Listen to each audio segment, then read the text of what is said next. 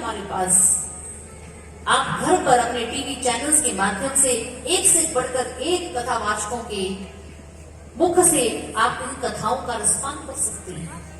हो सकता है कि हमसे अधिक ज्ञान में आप हमसे आगे हो, लेकिन बहुत सुंदर श्री अरविंद जी कहते हैं, there is a very big difference to know God and to know about God. ईश्वर के बारे में जान लेना और ईश्वर को जीवन में जान लेना, दोनों में बहुत बड़ा अंतर आता है। और स्वामी विवेकानंद जी ने कहा, I not only believe in God but I know him. मैं मात्र केवल ईश्वर को जानता ही, उस पर विश्वास ही नहीं करता, बल्कि मैं उन्हें जान भी गया। आप कहेंगे जानना क्या होता है? हिंदी भाषा में दो शब्द कहे गए हैं, मानना और जानना।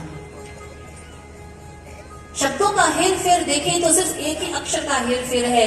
मानना से म अक्षर आप हटाइए और ज जोड़ दीजिए तो मानना ही जानना बन जाता है। लेकिन यदि इनके अर्थ की गहराई में जाएं तो गहन अर्थ है।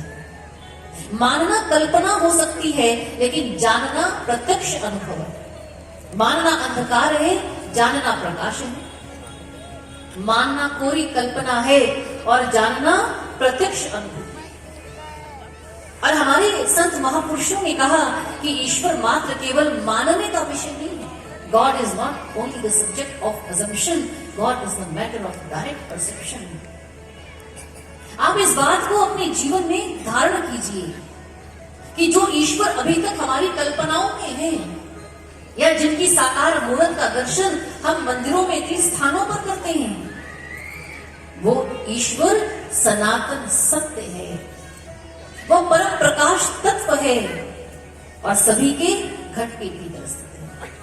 प्रभु श्री राम ने कहा श्री रामचरितमानस में, सब कर परम प्रकाशक जोई, राम अनादि अवधपति सोई।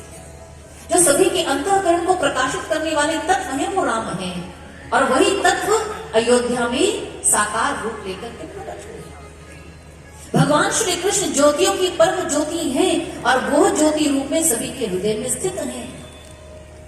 इसलिए जब हम मानने से जानने की ओर बढ़ते हैं, कल्पना से प्रत्यक्ष अनुभूति की ओर बढ़ते हैं, आपसे हम पूछे ईश्वर के उस परम रूप का दर्शन कैसा होता है, आप कैसे बता पाएंगे? क्योंकि वो कहीं आपकी कल्पना में। धरती बीज समाया जैसे अतुल अनंता पानी है, काष्ठ खंड के भीतर जैसे अनंत अग्नि समानी है। पानी जो प्रकट ना हो तो प्यास कभी नहीं बुझ सकती, अग्नि जो प्रकट ना हो तो लाभ नहीं कुछ दे सकती। जो सपने की नौका होवे, स्वप्न में कोई नौका की कल्पना कर लीजिए। जो सपने की नौका होवे भव पार ना होए, कोई कभी जब तक दिया जले ना घर में, दूर ना हो अंधकार कभी, जब तक भोजन प्रकट ना हो तो भूख पेट की जाती नहीं। जब तक प्रकट हो ना ईश्वर तब तक समझ प्रभु की आती नहीं, तब तक समझ प्रभु की आती। नरसिंह जी कह रहे, प्रभु मेरे मन के पट को खोलकर मेरे मन में प्रकट हो जाए। घट के भीतर उस ईश्वर का अनुभव होता है। भक्तजनों, बहुत स्पष्ट और सरल शब्दों में आपसे कहना चाहूंगी, ईश्वर देखा जाता है, ईश्वर को का दर्शन किया जाता है। और कहाँ किया जाता है? कल कथा में आपने सुना, इस घट के भीतर वो स्थित है, परमात्मा, वो प्रभु। किसी का घट ऐसा नहीं जो ईश्वरीय प्रकाश से अनभिज्ञ हो, अछूता हो, लेकिन बलिहारी वा घट की जा घट प्रकट हुई। जिस घट में वो प्रकट हो जाता है, महापुरुष कहते हैं बलिहारी है इसको।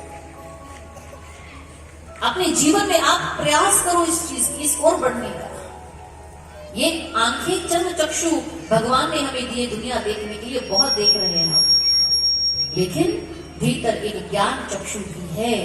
वो तीसरा नेत्र जब सदगुरु जीवन में आते हैं, वो नेत्र खोलते हैं और भक्त अपने अंतर घट में ईश्वर के उस परम रूप का दर्शन करता है, फिर उसके जीवन में ध्यान प्रारंभ हो जाता है। बंकिम चंद्र चटर्जी, जिन्होंने वंदे मातरम गीत रचा, स्वामी रामकृष्ण